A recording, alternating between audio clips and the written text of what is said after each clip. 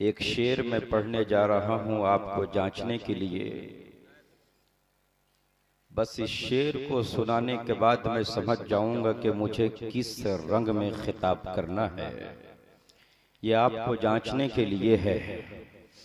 एक बार मचल करके दोनों हाथ उठा करके बोल दीजिए, या रसूल अल्लाह। क्या बताऊं दरे सुल्ताने ज़मन कैसा है, रश्के फिरदौस मोहम्मद का चमन कैसा है, और हाथ लग जाए आता मजहरे नूरी बन जाए, कोई क्या जाने मोहम्मद का बदन कैसा है। माशाअल्लाह। एक शेर और सुन ले कि सुना है मरते नहीं हैं खुदा वाले।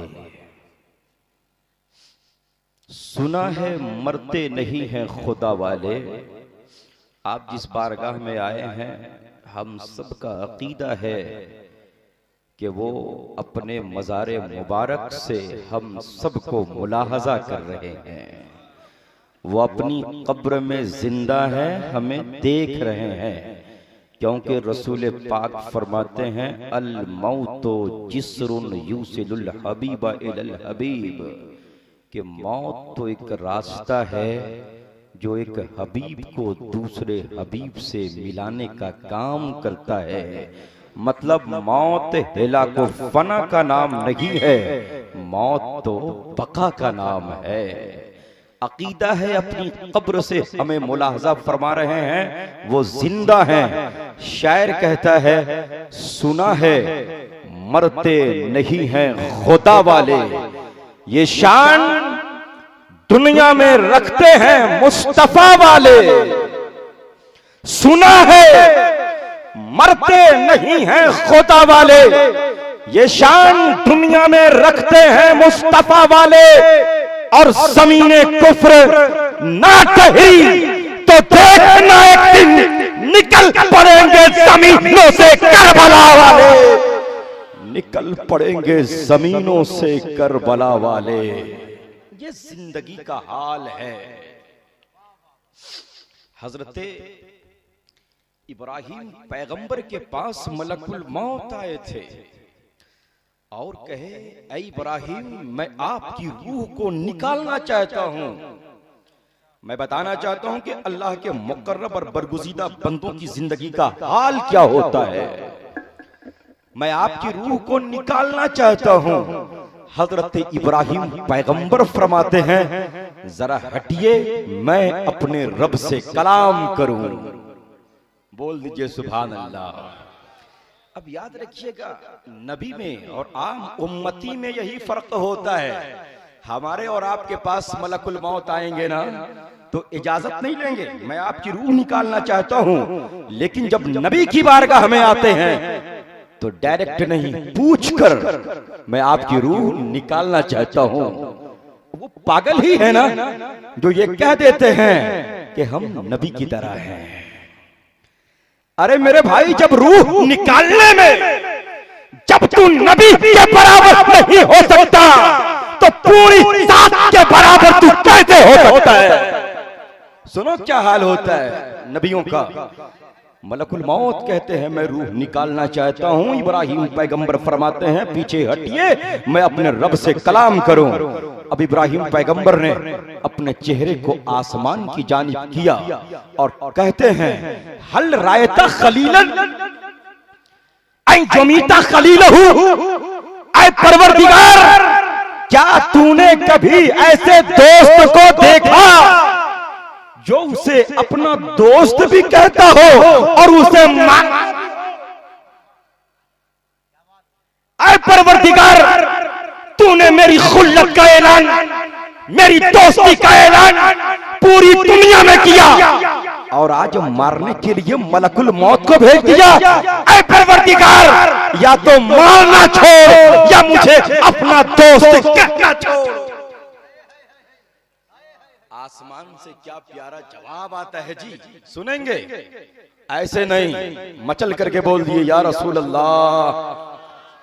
आसमान से जवाब आता है, हल रायता खलीलन ने कहा खलील कि ऐ इब्राहिम ये बता, क्या तूने कभी ऐसे दोस्त को देखा जब उसका दोस्त उससे मुलाकात के लिए बुलाता है तो मिलने से इनकार करता है? ऐ इब्राहिम तुझे मार नहीं रहे हैं, मुलाकात के लिए बुला। यहां से पता चला कि मौत किसी को हेला को फना नहीं करती, मौत तो एक हबीब को दूसरे हबीब से मिलाने का काम करती है। अब इब्राहिम पैगंबर कहते हैं कि मलकुल मौत वो रब मुझे मार नहीं रहा है, मुलाकात के लिए बुला रहा है, मेरी रूह को निकाल और कुर्बे मौला को ले चल। हम जिस मर्द मुजाहिद की बारगाह में आज खिराज अकीदत पेश कर रहे हैं ना, वो लिकाए हबीब में दुनिया से गया है। अपनी कब्र से वो मुझे देख रहे हैं और इस अकीदे के साथ आप बैठिए कि उनके फयूज़ो बरकत इस तरह कायम हो जाए कि आपकी आने वाली नस्लों में इसके मुस्तफा की जलवागरी हो जाए, इसके मुस्तफा की जलवागरी हो जाए।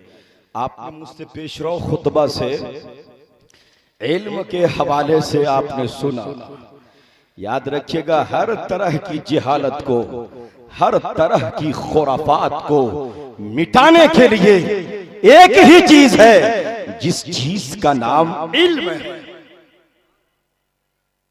और इस इल्म से जो अकीदा इंसान को मिलता है वो अकीदा है अकीदा आखिरत। यानी एक इंसान को बचाने के लिए, आदमी को मेयारे आदमियत सिखाने के लिए, बिखरे हुए जर्रों को शऊर इज्तिमाइयत से आशना कराने के लिए, बदअमल इंसान को अमल सालेह का पैराहन पहनाने के लिए, एक इंसान को बिखरे हुए जर्रों को इज्तिमाइयत से आशना कराने के लिए, एक बदअकीदा इंसान को खुश अकीदगी का पावर बनाने के लिए, एक इंसान को अपनी खुदी की भी पहचान कराने के लिए और अपने खुदा की भी पहचान कराने के लिए और मारिफत इलाही का तलबगार बनाने के लिए एक अकीदा है, जिस अकीदे का नाम आखिरत का अकीदा है। और मैंने सरनामे कलाम की हैसियत से जिस आयत करीमा का इंतखाब किया, रब कायनात का फरमान वलल आखिरतु दरजातिम व अकबरु तफदीला, जिसका मफहूम ये है कि ये आखिरत तमाम दर्जात में सबसे बड़ी और तमाम फजीलतों में सबसे फजल वाली चीज का नाम आखिरत है। ये आखिरत एक ऐसी दौलत है, यानी एक इंसान को मेयारे इंसानियत सिखाने के लिए, एक इंसान को हर तरह के खुराफात से बचाने के लिए, झूठ से, आतंक से, दहशत से, चोरी से, गीबत से, ज़िनाकारी से, बदअमली से, बदफेली से, बदकिरदारी से, बदअकीदगी से, इर्तिदाद से बचाने के लिए एक अकीदा है, जिस अकीदे का नाम आखिरत का अकीदा है।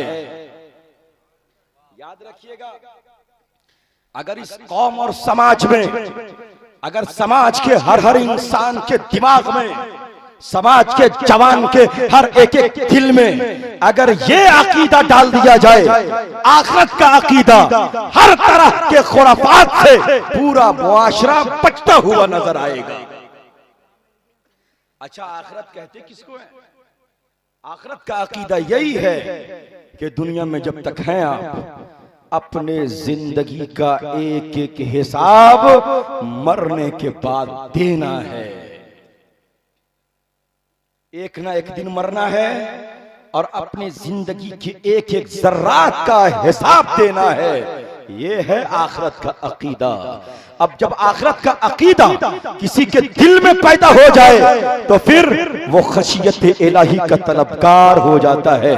उसके दिल में हमेशा खौफ रहता है। हम कहीं जा रहे हैं, इधर जाने से अल्लाह और उसके रसूल ने मना तो नहीं किया है। हम जो बोल रहे हैं, हम शरीयत के दायरे में बोल रहे हैं या नहीं बोल रहे हैं? हम किसी अक़दाम को करने जा रहे हैं, क्या इस काम का हुक्म इस्लाम मुझे देता है या नहीं देता है? ये तमाम चीजों का नाम आखिरत का अकीदा है। यानी दिल में खौफ इलाही पैदा हो जाए, दिल में अल्लाह की खशियत समा जाए, और ये खशियत सबसे ज्यादा उसके दिल में समाती है जिसके दिल में इल्म दीन मौजूद हो। इल्म दीन मौजूद हो। सबसे ज्यादा अगर कोई अल्लाह से डरने का हक अदा करता है ना जी, तो वो उलमा की जात है। कुरान करीम की आयत है, इन्नमा यख्शल्लाह मिन इबादिहिल उलमा, के बेशक अल्लाह से डरने वाले, खशियत इलाही को अपने दिल में पैदा करने वाले, ये सबसे ज्यादा आलिम ही होते हैं। रसूल पाक सल्लल्लाहु अलैहि वसल्लम ने इल्म की तरफ मुतवज्जह किया है। याद रखिएगा, ये जो हजरत तैयबे मिल्लत हैं, आलिम बाअमल है, इनके दिल में अगर खशियत इलाही अगर पैदा ना होती, आज हम उनका जिक्र नहीं करते। उनके दिल में इल्म इतना आया, सीने में इल्म ऐसा भरा, इल्म हदीस की रोशनी, इल्म कलाम की रोशनी, जिस रोशनी से आज पूरा झारखंड रोशनास हो रहा है, वो किस चीज के जरिए से? इल्म के जरिए से, इल्म दीन के जरिए से। और वो दीन है क्या?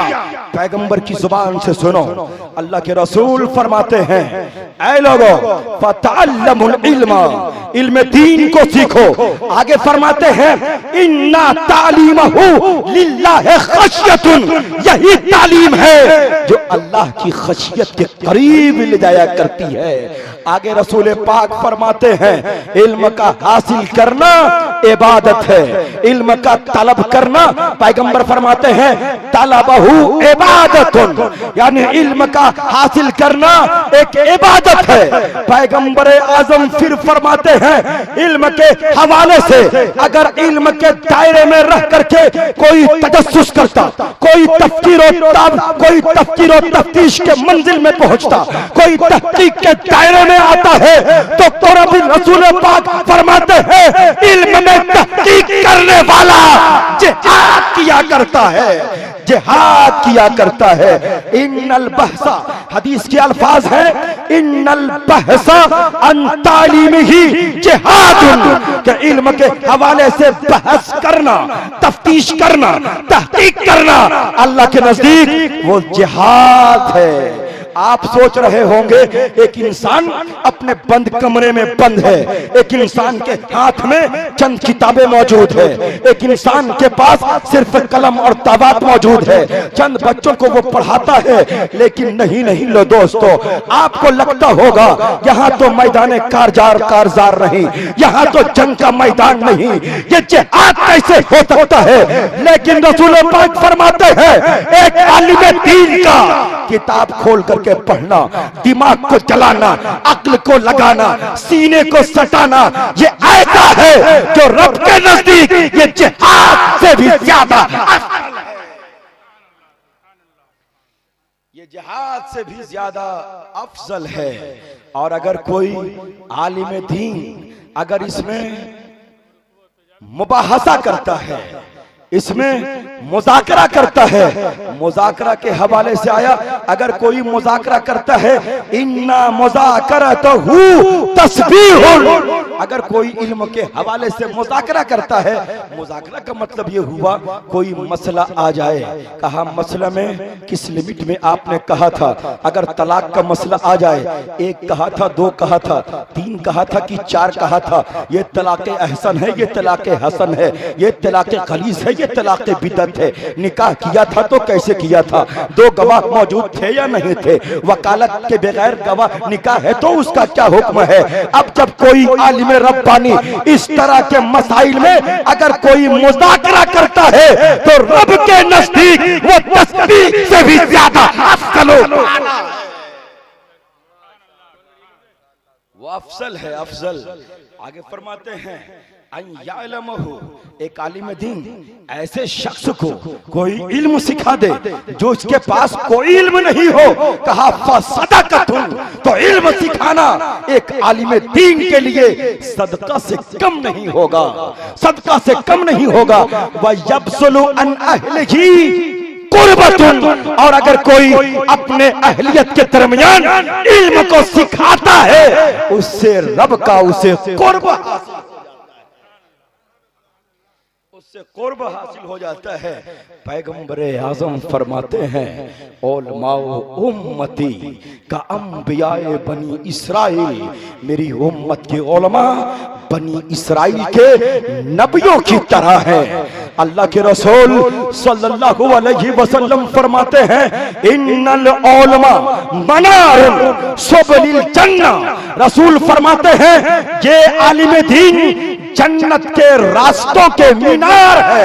पैगंबर आजम फरमाते हैं इन्ना मसलल उलमा फी दुनिया का मसलिन नजूम फी समाई, फरमाते हैं कि मेरे आलिम दीन की मिसाल दुनिया में ऐसे ही है कि जिस तरह आसमान में सितारों की मिसाल है, यानी जिस तरह आसमान में सितारे चमकते हैं जमीन में मेरे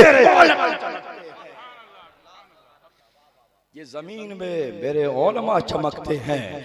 अब जब इल्म हासिल करता है अल्लाह का खौफ दिल में पैदा होता है, और जितना खौफ पैदा होगा आखिरत पर अकीदा उतना ही मजबूत होगा।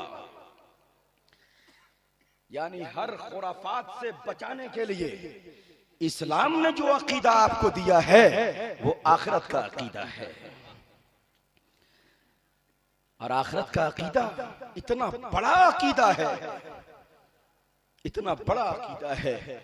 अल्लाह ने इतनी बड़ी कायनात, इतनी बड़ी जमीन, इतना बड़ा आसमान बनाया किसके लिए जी? ये जमीन की हरियाली, ये पेड़ और पौधे, ये सितारों का चमकना, ये चांद का निकलना, ये सूरज का चमकना, ये सब किसके लिए? एक जवाब मिलेगा, ये सब इंसान के लिए है। अल्लाह ने जमीन को बनाई इंसान के लिए, आसमान को बनाया इंसान के लिए, यानी इन तमाम चीजों को, पूरी कायनात को एक इंसान के लिए खादिम बनाया, और इस पूरी कायनात का आपको मखदूम बनाया है। अब रब कहता है बंदो इस रास्ते पे चलोगे, मेरी कायनात में घूमो, मेरी कायनात में सैर करो, यानी चांद के रोशनी में चलो, सूरज की रोशनी में चलो, दिन के उजालों को देखो, रात की तारीकी का मजा लो। ये फल, ये पौधे, ये पेड़, ये दरख्त, ये तमाम हरियालियां सब तेरे लिए है। ये मत सोचना बंदा मैंने सिर्फ इसीलिए बनाया है। रब कहता है बंदो मेरी कायनात में घूम, लेकिन दिल में तुम मुझे याद रख, पूरी कायनात का सैर कर, दिल में तुम मुझे याद रख। अब जब रब कायनात कहता है दिल में याद रख, पता चला एक एक चीज का हिसाब होना है, एक एक जर्रात का हिसाब होना है। कुरान कहता वमन यामल मिस्काला सर्रतिन खैरन यरा वमन यामल मिस्काला सर्रतिन शर्रन यरा, जर्रा बराबर नेकी करेगा वो भी रिकॉर्ड में मौजूद है, जर्रा बराबर बुराई करेगा वो भी रिकॉर्ड में मौजूद है। एक एक चीज का हिसाब होना है, एक एक जर्रात का हिसाब होना है।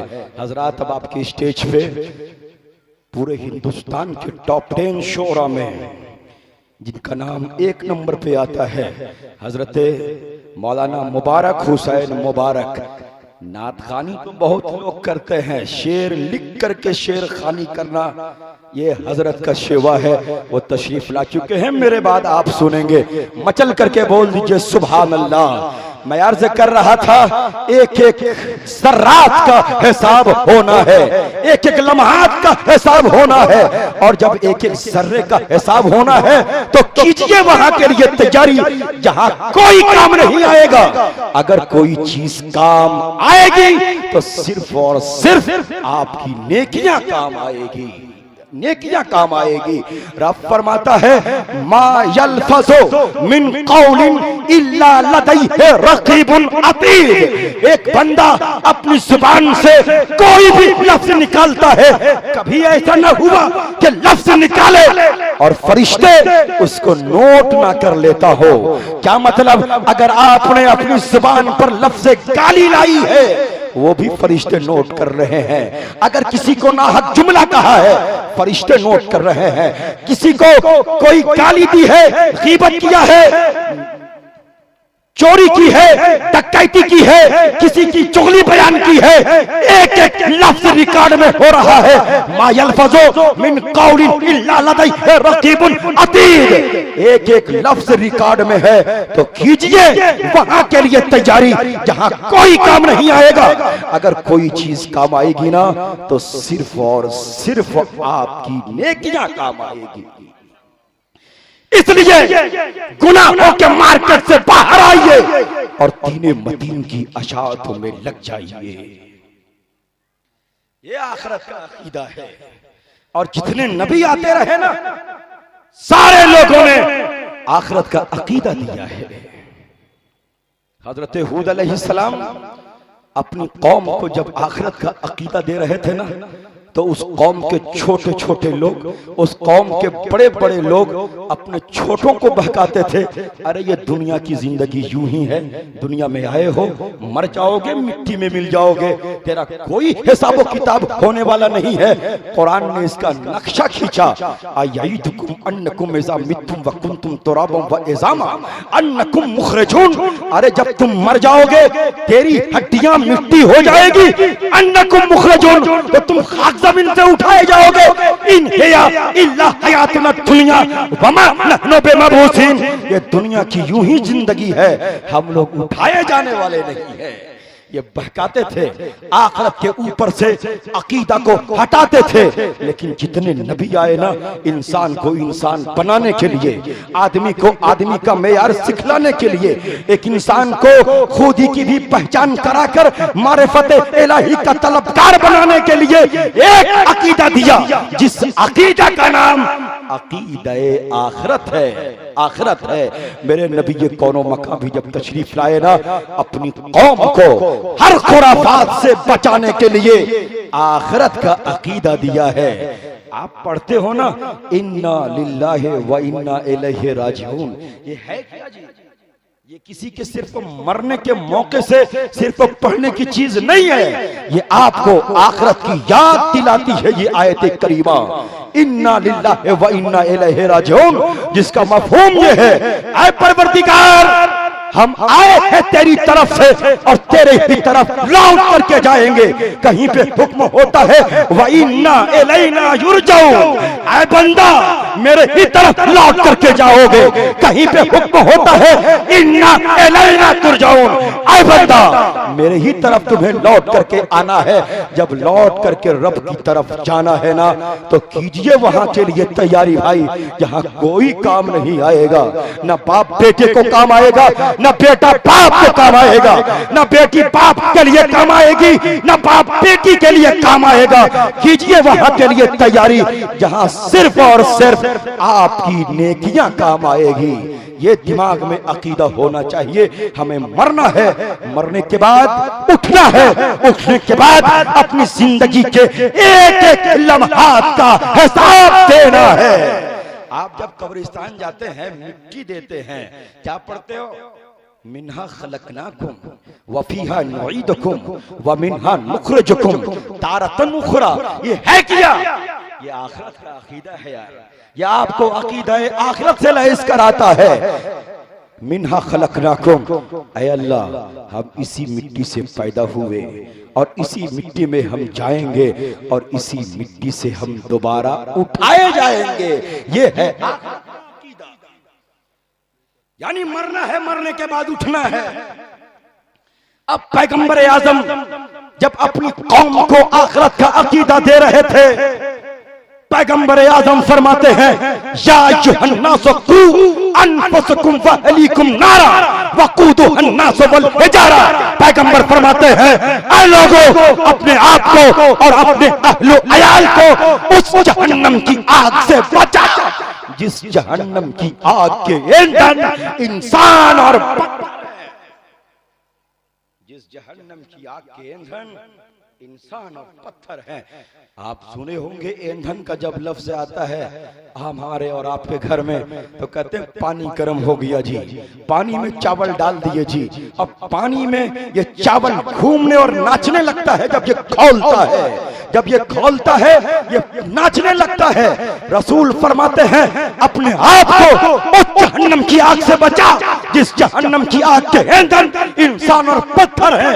एक सहाबी खड़े हो गए, कहने लगे या रसूल अल्लाह, वो दुनिया के पत्थर से जहन्नम का पत्थर कितना बड़ा है बता दिया जाए। पैगंबर आजम ने जो नक्शा खींचा है, पैगंबर फरमाते हैं कि सहाबी सुनो, दुनिया के सारे पत्थर को एक तरफ रखो, जहन्नम के पत्थर को एक तरफ रखो, जहन्नम के पत्थर का कोई जवाब नहीं होगा, कोई जवाब नहीं होगा। इतना सुनना था कि वो सहाबी गश खा करके जमीन पर गिरे। पैगंबर आजम ने देखा रूह कफ़स से उनसरी से प्रवास कर गई। नबी के कौनो मकाने सहाबा की मौजूदगी में उसे जन्नत की बशारत दी। और पैगंबर फरमाते हैं जो अल्लाह से डरा और अल्लाह के अज़ाब से डरा उसे दुनिया में ही जन्नत की खुशखबरी सुना दी जाती है, जन्नत की खुशखबरी सुना दी जाती है। अल्लाह का खौफ पैदा कीजिए, जब खौफ पैदा कीजिएगा उसी तरह उर्स होगा जिस तरह तय्यब मिल्लत का उर्स हो रहा है। अल्लाह का खौफ दिल में पैदा कर लीजिए। रसूल पाक गुजर रहे थे रास्ते से, एक पत्थर ने रोते हुए पत्थर को मुस्तफा ने देखा है। पैगंबर आजम ने फरमाया पत्थर तू रोता क्यों है, पत्थर तू रोता क्यों है। उस पत्थर ने कहा कल जहन्नम को जब लहकाया जाएगा तो हम पत्थरों को उसका उस जहन्नम के आग का ईंधन बनाया जाएगा। उस गम में रो रहा हूं। एक पत्थर जहन्नम की आग में जहन्नम की आग का ईंधन बनने से खौफ से रो रहा है। ऐ मुसलमानों, आपके सीने में दहकता हुआ दिल है, पत्थर नहीं है, गोश्त का लोथा है। वो पत्थर रो रहा है। आपकी आंखें कब बरसेगी, आपकी आंखें कब आंसू बहाएगी। जुल्म आम है, दहशत आम है, गुनाह आम है, शराब नोशी आम है। आपकी आंखों से कब आंसू बहेंगे। एक पत्थर जब आंसू बहा रहा था, पैगंबर फरमाते हैं तू क्यों रोता है, कि सुना है पत्थर को जहन्नम की आग का ईंधन बनाया जाएगा। पैगंबर आजम ने दुआ की कि परवरदिगार इस पत्थर को जहन्नम से आजादी दे दी जाए। पत्थर को आजादी मिल गई। अब पत्थर फिर रोने लगा। पैगंबर फरमाते हैं ऐ पत्थर तू अब क्यों रोता। पत्थर कहता है या रसूल अल्लाह, पहले उस खौफ से रो रहा था, अब तो खुशी से रो रहा। आज हमारी आंखें न खुशी में रो रही है, आंखें न गम में रो रही है। रुलाओ आंखों को, ये आंखों के आंसुओं के कतरात रब की बारगाह में पानी सिर्फ नहीं समझा जाता है, बल्कि ये मोती से भी ज्यादा कीमती है। रब की बारगाह में ये मोती से भी ज्यादा कीमती है। अल्लामा इकबाल ने कहा था मोती समझ के शान करीमी ने चुन लिए, कतरे जो गिरे थे मेरे अर्क़े इंफ़ियाल के, अर्क़े इंफ़ियाल के। पैगंबर आज़म आखिरत का अकीदा दे रहे थे, लोगों मरना है और इस मिट्टी से उठना है। एक बदबख्त मुस्तफा की बारगाह में आया, जानते हैं, एक बदबख्त आया मुस्तफा की बारगाह में, खाली हाथ नहीं, पुरानी कब्र से पुरानी हड्डी को लेकर के मुस्तफा की बारगाह में आया और पैगंबर की बारगाह में हड्डी को पटका। और हड्डी को पटकना था कि उस हड्डी के रेजे रेजे उसके जर्रात हो करके हवाओं में उड़ने लगे। उसके बाद मुस्तफा की बारगाह में चैलेंज वाला जुमला कह दिया, मैं ये रमीम कि ऐ मोहम्मद इस हड्डी को कौन जिंदा करेगा जबकि ये हड्डी बोसीदा होकर इसके जर्रात हवाओं में उड़ने लगे? कौन इस हड्डी को जिंदा करेगा? चैलेंज वाला जुमला कहा। क्या नज़्म इंतजाम है मुस्तफा जाने रहमत की बारगाह में। मचल करके बोल दीजिए सुभान अल्लाह। क्या इंतजाम है? एक बंदा होकर के खुदा की बारगाह में चैलेंज कर रहा है, ऐ रसूल इस हड्डी को कौन जिंदा करेगा जब तो ये हड्डी बोसीदा हो चुकी, इसके जर्रात हवाओं में उड़ने लगे। कुरान कहता है, ऐ सवाल करने वाला, जरा तू अपनी पैदाइश पे जरा तू गौर कर, तू है क्या रे? है क्या? कुरान कहता है, इन्ना खलकनल इंसाना मिन नुतफतिन फाइजा हुवा खसीमुम मुबीन। ऐ इंसान, तू अपने ऊपर गौर क्यों नहीं करता कि तुझको रब कायनात ने एक हकीर पानी से पैदा किया, फाइजा हुवा खसीमुम मुबीन, और आज तू रब से झगड़ा करने के लिए आ गया, झगड़ा करने के लिए आ गया। उस रब का हाल तो है, वहुवल्लज़ी खलक़ा मिनश्शजरिल अख़दरी नारा। अरे वही रब है जिसने तेरे लिए हरे भरे दरख्त से आग को पैदा किया। वो रब हरे भरे दरख्त से आग को पैदा करने पर कादिर है। क्या इस बोसीदा हड्डी को दोबारा नहीं कर सकता? कुरान कहता है, जिस रब कायनात ने इतनी बड़ी जमीन और इतना बड़ा आसमान बगैर खंबे के टिका दिया, क्या वो रब कायनात तुझे दोबारा पैदा नहीं कर सकता? रसूल पाक की बारगाह में जब चैलेंज वाला जुमला हुआ है ना, तो तायरे सिदरा बुलबुले सिदरा जिब्राइल अमीन आयते करीमा लेकर के चहकने लगे। ऐ अल्लाह के रसूल, कहने वाले से कह दीजिए, कुल युही अल्लज़ी अंशाहा अव्वला मर्रतिन व हुवा बिकुल्लि खल्किन अलीम। अरे वो रब तुझे ऐसे ही पैदा करेगा जैसे तुझे पहले पैदा किया था, जैसे तुझे पैदा किया था। कुल युही अल्लज़ी अंशाहा अव्वला मर्रतिन व हुवा बिकुल्लि खल्किन अलीम। वो रब कायनात तुझे दोबारा ऐसे ही जिंदा करेगा जैसे तुझे पहले पैदा किया था। अरे जब तेरी कोई तस्वीर न बनी थी, तेरा कोई स्ट्रक्चर तैयार नहीं हुआ था, तेरा कोई ढांचा नहीं तैयार हुआ था, तेरी कोई शक्ल नहीं थी, वो रब तुझे उस वक्त पैदा करने पर कादिर था। अब तो तेरी सूरत बन चुकी, तेरी शक्ल बन चुकी, तेरा ढांचा बन चुका, तेरा स्ट्रक्चर तैयार हो गया। क्या उस रब के लिए तुझे दोबारा जिंदा करना क्या मुश्किल की बात है?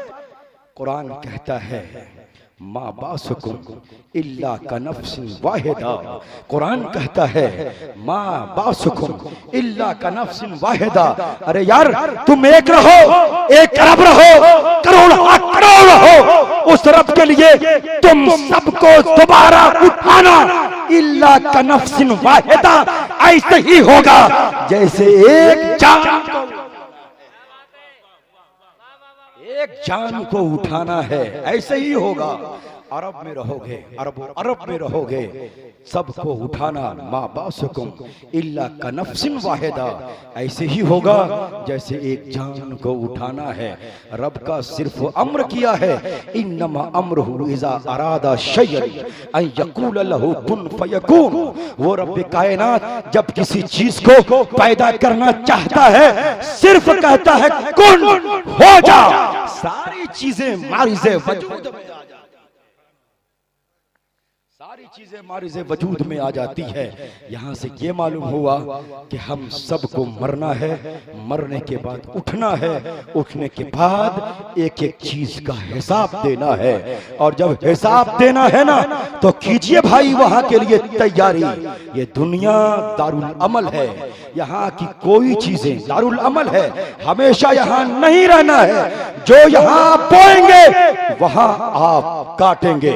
रसूल फरमाते हैं, कुल्लुकुम राई कुल्लुकुम मसऊल अन राइयतिही। हर इंसान तुम में का राई है, तुम में का हाकिम है, और हर हाकिम से उनकी रईयत के बारे में सवाल किया जाएगा, सवाल किया जाएगा। ये मत सोचिएगा कि सिर्फ चंद वोट हासिल करने के बाद वो गांव और समाज का वो हाकिम है, सिर्फ उसी को जवाब देना होगा, ऐसा नहीं है। बल्कि हर इंसान कुल्लुकुम राइन, हर इंसान हाकिम है। यानी आप अगर हाकिम हैं, अपने घर में आप जाएं, आपके आल औलाद यानी आपका पूरा घर ये आपकी ममलिकत है, और आप अपने घर और अपनी ममलिकत के आप हाकिम हैं। यानी और ये आल औलाद ये सब आपकी रईयत में हैं। अगर याद रखिएगा, ये बेटा नाचने वाला हो गया, ये बेटियां गाना गाने वाली हो गई, ये बेटियां अगर अपना ईमान खो बैठी तो याद रखिएगा इनके बाप से पूछा जाएगा, हमने बेटा दिया था उसे इल्म से क्यों नहीं आचरा कराया, हमने बेटी दिया था तेरी बेटी अपना दीन क्यों खो बैठी। और रब कहता है कि रब्बे कायनात हर एक बच्चा को इस्लाम पर पैदा करता है, फिर ये जब इस्लाम के नाम पर आपकी औलादें पैदा हुई तो ये बड़ा होकर के अपना दीन क्यों खो बैठा। हर हाकिम से ये पूछा जाएगा। यानी एक बाप अपने घर का हाकिम है, अपने इलाके का वो हाकिम है जिनकी बातें पूरे इलाके में सुनी जाती है, वो उसका हाकिम है। याद रखिएगा, जो इंसान ऐसे माहौल में रहे, अगर किसी बुराई को देखे और बुराई को देख करके नजरअंदाज कर दे तो ऐसे इंसान से कल मैदान महशर में पूछा जाएगा कि मुआशरे में तुझे इज्जत दी थी, मुआशरे में तेरा वकार बुलंद किया था, तेरे रहते हुए तेरे आंखों के सामने जुल्म होता रहा, तू देखता रहा, लोग ईमान खोते रहे, तू देखता रहा, डांस और गाना होता रहा, तू देखता रहा, लोग नाच के आदी बन गए, तू देखता रहा। हर हाकिम से सवाल होगा। पैगंबर फरमाते हैं कुल्लुकुम राइन कुल्लुकुम मसऊल अन रइयतिही, तुम में का हर आदमी हाकिम है और हर हाकिम से उनकी रइयत के बारे में कल मैदान महशर में पूछा जाएगा। पैगंबर आज़म फरमाते हैं इग़तनिम खम्सम बिन खम्सिन, के लोगों पांच चीजों से पहले गनीमत जानो। पैगंबर फरमाते हैं सेहत का कबला सकमिक, यानी अपनी सेहत को बीमारी से पहले गनीमत जानो। पैगंबर फरमाते हैं गिना का कबला फकरिक, यानी मालदारी को फकीरी से पहले गनीमत जानो। पैगंबर फरमाते हैं फराग का कबला शुगलिक, यानी अपनी फुर्सत को काम में मुलव्विस होने से पहले गनीमत जानो। पैगंबर फरमाते हैं शबाब का कबला हरमिक, अपनी जवानी को बुढ़ापे से पहले गनीमत समझो। रसूल फरमाते हैं हयात का कबला मौतिक, यानी अपनी जिंदगी को मौत से पहले गनीमत जानो। मेरे भाई, कोई नहीं जानता है कि आपकी ये सेहत हमेशा ये सेहत बाकी रहेगी। एक बीमारी आएगी ना, पूरी सेहत का नक्शा बिगड़ जाएगा, पूरी जिंदगी का स्ट्रक्चर बर्बाद हो जाएगा। अल्लाह ने अगर सेहत दी है तो खूब जी भर करके सजदा कर लो, जी भर करके अल्लाह की इबादत कर लो। अरे भाई, जो जवानी में इबादत का मजा है, जो जवानी में इबादत का बदला है, वो बदला बुढ़ापे में कभी नहीं मिल सकता है। अल्लाह ने अगर आपको इस वक्त फुर्सत दी है ना, इस फुर्सत को गनीमत जानो। कौन जानता है आगे चल करके आप किस मुसीबत में पड़िए, आपके पास सारी फुर्सत खत्म हो जाए। क्या मतलब? एक सजदा करने का वक्त नहीं है, एक टाइम नमाज पढ़ने का वक्त नहीं है, कोई नहीं जानता है। एक ठेस आएगा ना, कहा पैगंबर ने गिना का कबला फकरिक, मालदारी को फकीरी से पहले गनीमत जानो। अल्लाह ने माल दिया है, जी भर करके दीने मतीन की इशाअतों में लग जाइए, राह खुदा में अपने माल को लगाइए, आखिरत के लिए बड़ा सामान तैयार कर लीजिए। आप देख रहे हैं ना, आज इंसान का घर मेडिकल स्टोर बन चुका है। आज का इंसान सुबह में गोली खाता है, तब नाश्ता करता है, नाश्ते के बाद भी एक गोली खाता है, रात को सोता है, सोने से पहले एक टैबलेट को खाता है, कोई सिरप पीता है। आज मेडिकल स्टोर बन चुका है। ऐ लोगों, अल्लाह ने मालदारी दी है ना, अल्लाह ने मालदारी दी है तो फकीर होने से पहले अपने मालदारी को ये गनीमत समझो। जब तक ये जिंदगी है, अपनी जिंदगी को मौत से पहले गनीमत समझो। कोई नहीं जानता है कब मौत आ जाएगी। हजरत उमर बिन अब्दुल अजीज का नाम सुना है आपने? उमर बिन अब्दुल अजीज, उमर बिन अब्दुल अजीज 3 बर्रे आजम पे हुकूमत करने वाला ये हाकिम, इन्होंने 2 साल 4 माह के करीब हुकूमत की है। और जिन्होंने इस तरह इस ईमानदारी के साथ हुकूमत की कि लोग ज़कात का माल लेकर के घूमते थे, कोई ज़कात ले ले, कोई ज़कात लेने वाला ना था। यानी जुल्म का भी खात्मा किया, जालिम का भी खात्मा किया, फकीरियत का भी खात्मा किया, भूख का भी खात्मा किया। इस ईमानदारी के साथ उन्होंने हुकूमत की है। उनका हाल किया है। ईद का मौसम आया, ईद का मौसम आया, बच्चे कहने लगे मेरे वालिद गिरामी, ईद का दिन बहुत करीब है, हर लोगों ने नए नए कपड़े पहन लिए हैं, ले लिए हैं, मुझे भी कपड़ा दिला दिया जाए। हजरत उमर बिन अब्दुल अजीज अपनी अहलिया के पास जाते हैं कि देखो मेरे पास कोई पैसा, इतना पैसा नहीं है कि मैं अपनी औलाद को नया कपड़ा दे सकूं। और ये फातिमा कौन है मालूम? सियासी हैसियत से तारीख में इतनी बड़ी खातून कोई नहीं, यानी 7 निस्बतों से 7 बादशाहों की ये खातून है। यानी किसी की बहन है तो किसी की बेटी है, किसी की भतीजी है, कई वास्तों से सियासी एतबार से इतनी बड़ी खातून तारीख में कोई दिखा नहीं सकता। कहा मेरे पास इतना रुपया नहीं है कि मैं अपने बेटे को नए कपड़े दे सकूं। फातिमा कहती हैं कि बैतुल माल तो भरा पड़ा है।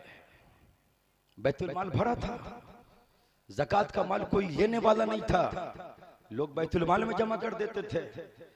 वो खातून कहती हैं 1 महीने के लिए डबल तनख्वाह इस बार कर्ज ले लीजिए। 3 बर्रे आजम पर हुकूमत करने वाला ये शख्स जब बैतुल माल के हाकिम से कहता है कि ऐसा करो कि मुझे 1 महीने के लिए मुझे डबल तनख्वाह दे दो, बैतुल माल के मालिक ने कहा ऐ उमर बिन अब्दुल अजीज, मैं देने के लिए तैयार हूं, लेकिन आप ये लिख करके दे दे कि आने वाले 1 महीने तक आप जिंदा रहेंगे। अगर आप ये गारंटी देने के लिए तैयार हैं, मैं आपको माल देने के लिए तैयार हूं। उमर बिन अब्दुल अजीज ने कहा नहीं चाहिए, और अपनी अहलिया के पास आते हैं और कहते हैं मुझ में इतनी हिम्मत नहीं कि मैं ये लिख करके दे सकूं कि आने वाले 1 माह तक मैं जिंदा रहूंगा। बैतुल माल के मालिक से कहा मेरे बच्चे पुराने कपड़े पे ईद गुजार लेंगे, लेकिन ये मैं गारंटी नहीं दे सकता। मेरे भाई 3 बर्रे आजम पर हुकूमत करने वाला हाकिम का ये हाल है कि अपनी जिंदगी की गारंटी नहीं दे सक रहा। क्या है उसके दिमाग में, क्या फंसा है? जब ऐसा हाकिम कोई पैदा होता है ना, और जब कोई ऐसा हुक्मरान होता है, फिर दुनिया का किसी भी मुल्क में इंसान रहता हो वो बेखौफ कतर होकर के जिंदगी गुजारता है। दुआ कीजिए उमर बिन अब्दुल अजीज की तरह हमें भी हुक्मरान मिल जाए और उसके तरह खजाने का कोई मालिक मिल जाए। अल्लाह ने जिंदगी दी है तो कीजिए वहां के लिए तैयारी, जहां कोई काम नहीं आएगा, अगर कोई चीज काम आएगी ना तो सिर्फ और सिर्फ आपकी नेकियां काम आएगी। मोहतरम हजरात, आज घर लूट रहा है, मुआशरा बर्बाद हो रहा है, ये दीन लूट रहा है, इस्लाम बदनाम हो रहा है, हमारी तशख्खुशात पे हमले हो रहे हैं। आप उसके लिए कुछ सोच रहे हैं? ये दीन ऐसे नहीं पहुंचा। सहाबाए कबायर के बाजू कटे हैं, जिस्म कटा है, गर्दन कटी है, बाजू फटा है जी, कलेजा निकला है, तब जाकर के ये इस्लाम आप तक पहुंचा है। ऐसे नहीं आया आसानी से। सहाबाए कबायर के बहते हुए खून, पैगंबर आजम के खून बहते हुए, ये हम सबको पैगाम दे रहा है कि जियो, इश्क मुस्तफा के साचे में ढल करके जियो। सहाबाए किराम की सुन्नत को पैदा करो। कैसी सुन्नत, कैसा जज्बा, कैसी हिम्मत। एक सहाबी साहिल समंदर पर खड़े होकर के दुआ की थी, परवरदिगार अगर इस दुनिया के, अगर इस जमीन के बाद भी अगर आगे कोई जमीन होती तो वहां भी तेरा हुक्म पहुंचा दिया जाता। ये जज्बा पैदा करना होगा। ये इस्लाम ऐसे नहीं आया। ताइफ के मैदान में मुस्तफा जान रहमत के जबीन मुबारक में पत्थर बरसाए गए, पैगंबर आजम के खून बह करके पैराहने पाक तक आगर गए। ये खून बहा है कुरान आप तक पहुंचाने के लिए, इस्लामी शरीयत आप तक पहुंचाने के लिए। और इस्लामी शरीयत का इस्तेमाल आप कैसे कर रहे हैं? लूट रहा है खानदान, बर्बाद हो रहा है नौजवान, और बेटियों का ही कहना किया। इल्म के नाम पर जो तबाहियां फैल रही है भाई, इर्तिदाद का बड़ा मसला आ रहा है। तकरीबन आपके झारखंड के 4 से 5 दर्जन का केस है जो अपना दीन ये बेटियां बेच आई। वजह क्या है? आपने शरीयत नहीं सिखाई। आपने इल्म तो दिया लेकिन इस्लामी इल्म नहीं दिया। ऐसा नहीं है कि मुसलमान की बेटियां जाहिल है भाई। ये आईए पढ़ लिए, ग्रेजुएट कर ली, एमए कर ली, मास्टर क्लास पास कर ली, ऐसा नहीं है। इल्म नहीं है इनके पास, लेकिन याद रखिए वो इल्म इल्म नहीं है। जो इल्म, वो इल्म इल्म ही नहीं है। जो इल्म एक खातून को अच्छी मां ना बना सके, वो इल्म इल्म ही नहीं। जो एक खातून को अच्छी बीवी ना बना सके, वो इल्म इल्म ही नहीं। जो एक खातून को अच्छी बेटी ना बना सके।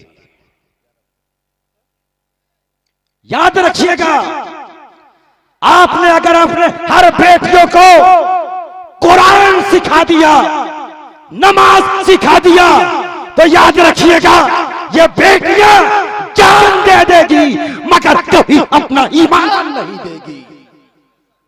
जान दे देगी मगर ईमान नहीं देगी।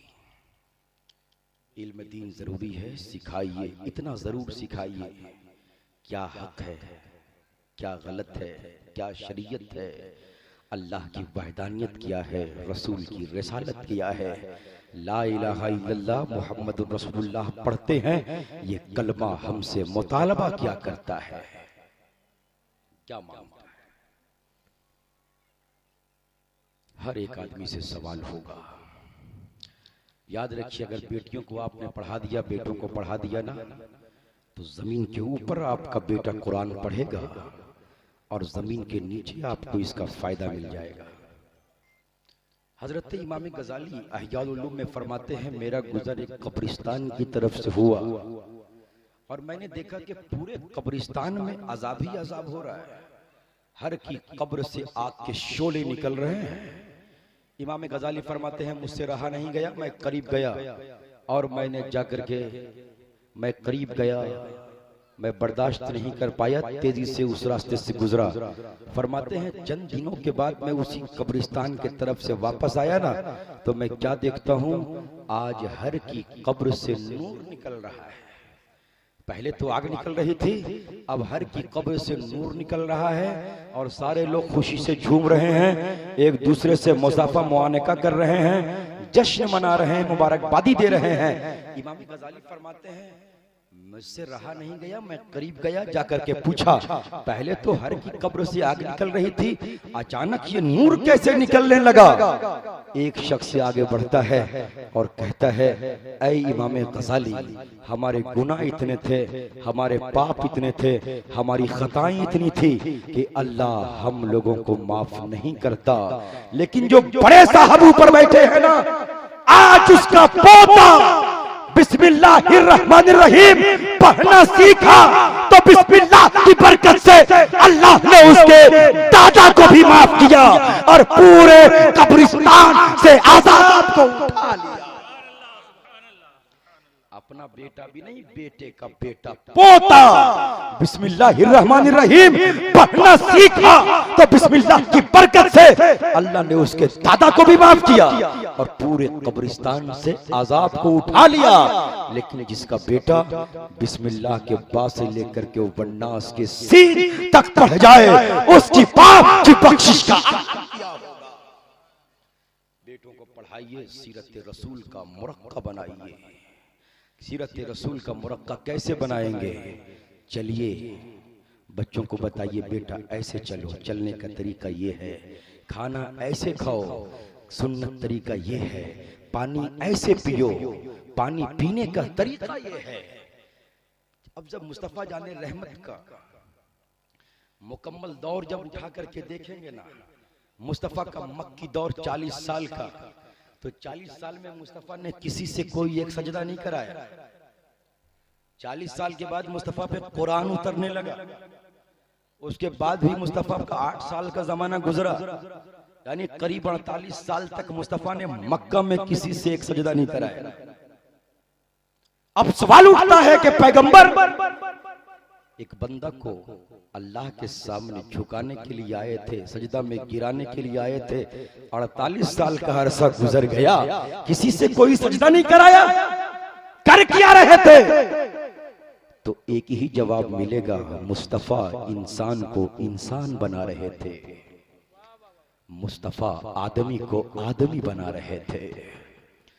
मक्का की माओं के दरमियान एक वावेला मच गया था कि ये मोहम्मद मेरी औलाद को मुझसे छीन लेता है।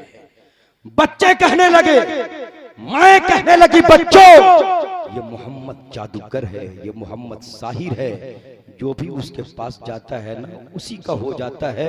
ऐ बच्चों मोहम्मद को देखना ना, उसके करीब मत जाना। ये वावेला मच गया। लेकिन वो बच्चे मुस्तफा का मुखड़ा देख करके रुकते कब? गलियां बताती थी कि मुस्तफा इधर से गुजरे हैं, रास्ते के पत्थर बताते थे कि मुस्तफा इधर से गुजरे हैं, खुशबू बताती थी कि मुस्तफा इधर से गुजरे हैं, और बच्चे चलने लगते पीछे पीछे और छुप छुप करके मुस्तफा की जियारत करने लगते। और जिसने बचपन में एक मर्तबा भी मुस्तफा को मोहब्बती नजर से देखा ना, फुक़हा फरमाते हैं जब वो बड़े हुए अल्लाह ने उसे ईमान की दौलत अता कर दी। अब जो मुस्तफा को देख करके मुस्तफा के करीब आए, मुस्तफा के दामन के असीर हुए, तो मुस्तफा ने उन बच्चों से भी कोई सजदा नहीं कराया, कोई इबादत नहीं कराई। उन बच्चों को बताया कि बच्चों चलने का तरीका ये है, बच्चों खाने का अंदाज ये है, बच्चों माँ बाप को कभी उफ तक ना कहना, बच्चों कभी माँ बाप को झिड़कना मत, ऐ बच्चों कभी माँ बाप से अपनी आवाज को ऊंची मत करना, ऐ बच्चों तेरी माओं के कदमों के नीचे अल्लाह ने जन्नत को बसा दिया है। अब जब वो बच्चे मुस्तफा की बारगाह से पलटे और अपने घर गए, तो पूरे मक्का के घरों में इनकलाब बर्पा हो गया। अब वो बच्चे कभी अपने बाप को, कभी अपनी माँ को छुप छुप करके देखने लगे। कोई छुप छुप के जियारत करता है, आहिस्ता आहिस्ता कलाम करता है, धीरे धीरे बोलता है। कभी अपने माँ बाप को मोहब्बत की नजर से देखता है, कभी माँ बाप के पैर हाथ को दबाता है। वो माँ कहने लगी कि बच्चों, ये तरीका तो सीख करके कहां से आया, ये किसने बताया? मैं क्या देख रहा हूँ, तुम तो पहले मेरी आवाज से अपनी आवाज को ऊंची करते थे, आज तुम बड़ी धीरे धीरे से बोलते हो। मैं क्या देखता हूँ, तुम छुप छुप करके मुझे देखते हो, कभी मेरे हाथ पांव दबाते हो, कभी चूमते हो। आए बच्चों, ये तुम कहां से सीख करके आए? वो बच्चे कहने लगे कि ऐ मेरी माँ, जिस मोहम्मद की बारगाह में तुम जाने से रोकती थी, उस मोहम्मद ने बताया कि कभी अपने माँ बाप की आवाज से ऊंची आवाज मत करना। ऐ मेरी माँ, जिस मोहम्मद की बारगाह में तुम जाने से रोकती थी ना, उस मोहम्मद ने बताया कि माँ बाप को मोहब्बत की नजर से एक बार देखोगे, अल्लाह हज मबरूर का सवाब अता करेगा। ऐ माँ, उस मोहम्मद ने बताया कि तेरे कदमों के नीचे अल्लाह ने जन्नत को बसा दिया है, अल्लाह ने जन्नत को बसा दिया। आए माँ, तू सोच रही होगी कि मैं सिर्फ तेरे कदम को चूम रहा हूँ, मैं सिर्फ तेरे कदम को नहीं चूम रहा हूँ, मैं तो अल्लाह की जन्नतें चूम रहा हूँ। अब वो माए कहने लगी कि ऐ मक्का की माओ सुनाओ, मोहम्मद ने मेरी औलाद को मुझसे छीना नहीं है, बल्कि हकीकी मानों में इस मोहम्मद ने औलाद को औलाद बना करके पलटाने का काम किया है, पलटाने का काम किया है। औलाद को औलाद बनाइए, इश्क मुस्तफा का खूगर बनाइए, सीरत मुस्तफा से उसे लैस कीजिए, हकीकत ईमान से उसे आशना कराइए। आज का मुआशरा हकीकत ईमान से ही वाकिफ नहीं है, वाकिफ कराइए, उलमा के करीब उसे ले जाइए, उलमा की सोहबत में उसे बैठाइए, उलमा की गुफ्तगू को उसे सुनाइए। उलमा की गुफ्तगू को सुनना, उनकी बारगाह में बैठना, उनके साथ रहना भी रायगा नहीं जाता है। रसूल पाक सल्लल्लाहु अलैहि वसल्लम फरमाते हैं, इन्नल्लाह युहासिबु अब्दन, एक बंदा मैदान महशर में ऐसा होगा जिसका हिसाब ले लिया गया होगा और रब का हुक्म हो गया होगा कि इसकी नेकी कम है, बुराइयां ज्यादा है, इज़हब इलन नार, इसको जहन्नम की तरफ ले जाओ। रसूल फरमाते हैं, फाज़ुहिबा इलन नार, उसे जहन्नम की तरफ ले जाया जा रहा होगा। हजरत जिब्राइल अमीन को रब बुलाएगा और कहेगा, या जिब्राइल फदरिक अब्दी, इस मेरे बंदे को पकड़ और जाकर के पूछ, फसल, जाकर के पूछ, हल जलसा माल उलमाई कत्तो फी दुनिया फअग़फ़िरु लहुम बिशफ़ाअतिहिम, जाकर के पूछ, क्या दुनिया में ये किसी आलिम के साथ कभी बैठा है? अगर आलिम के साथ कभी बैठा होगा तो मैं उसे बख्शिश का परवाना सुनाने के लिए तैयार हूं। हजरत जिब्राइल अमीन जाएंगे और पूछेंगे, हल जलसा माल उलमाई कत्तो फी दुनिया फयक़ूलु रजुलु ला, जिब्राइल अमीन फरमाएंगे, क्या तू कभी दुनिया में किसी आलिम के साथ बैठा है? वो कहेगा, ला, हम तो कभी नहीं बैठे। जिब्राइल अमीन लौटेंगे और कहेंगे, परवरदिगार वो ऐसा नहीं कर सका। रब फरमाएगा, इज़हब इला मर्रतिन सानिया, दूसरी बार फिर जा और जाकर के पूछ, हल अकला माल उलमाई कत्तु अलल माइदा, उससे जाकर के पूछ, क्या कभी किसी दस्तरखान में वो कभी किसी आलिम के साथ खाना खाया है? अगर वो खाया होगा फअग़फ़िरु लहु बिशफ़ाअतिहिम, तो उसे बख्शिश का परवाना सुनाने के लिए तैयार हो। हजरत जिब्राइल अमीन पूछेंगे, वो कहेगा, फयक़ूल रजुलुल्लाह, वो बंदा कहेगा हम तो कभी किसी आलिम के दस्तरखान में बैठ करके खाना मुझे नसीब नहीं हुआ। अब रब फरमाएगा इज़हब इला मर्रतिन सालिसा, तीसरी बार फिर जा और जाकर के पूछ हल अहबब्ता माल उलमा फी दुनिया कत्तु, क्या उसने कभी किसी आलिम के साथ दुनिया में कभी मोहब्बत किया है? अगर मोहब्बत किया होगा फाग़फिर लहु बिशफ़ाअतिहिम, तो उसे फिर बख्शिश का परवाना सुनाने के लिए तैयार हो। जिब्राइल अमीन आएंगे, कहेंगे हल अहबब्ता माल उलमा फी दुनिया, क्या तूने दुनिया में किसी आलिम के साथ मोहब्बत किया? फयकुल रजुल ला, वो बंदा कहेगा ला, मैं भी ऐसा नहीं कर सका, हम तो दुनिया में कभी आलिम को कुछ समझते ही नहीं थे। अब जिब्राइल अमीन कहेंगे परवरदिगार वो ऐसा भी नहीं कर सका। रब फरमाएगा इज़हब इला मर्रतिन राबिया, चौथी बार फिर जा और जाकर के पूछ हल सकना माल उलमा यस्कुनु मस्कनन फील आलिम, जाकर के पूछ क्या कभी वो किसी आलिम के मकान में रहा है? जिस मकान में कोई आलिम रहता हो, अगर उस मकान में भी रहा होगा उसे बख्शिश का परवाना सुनाने के लिए तैयार।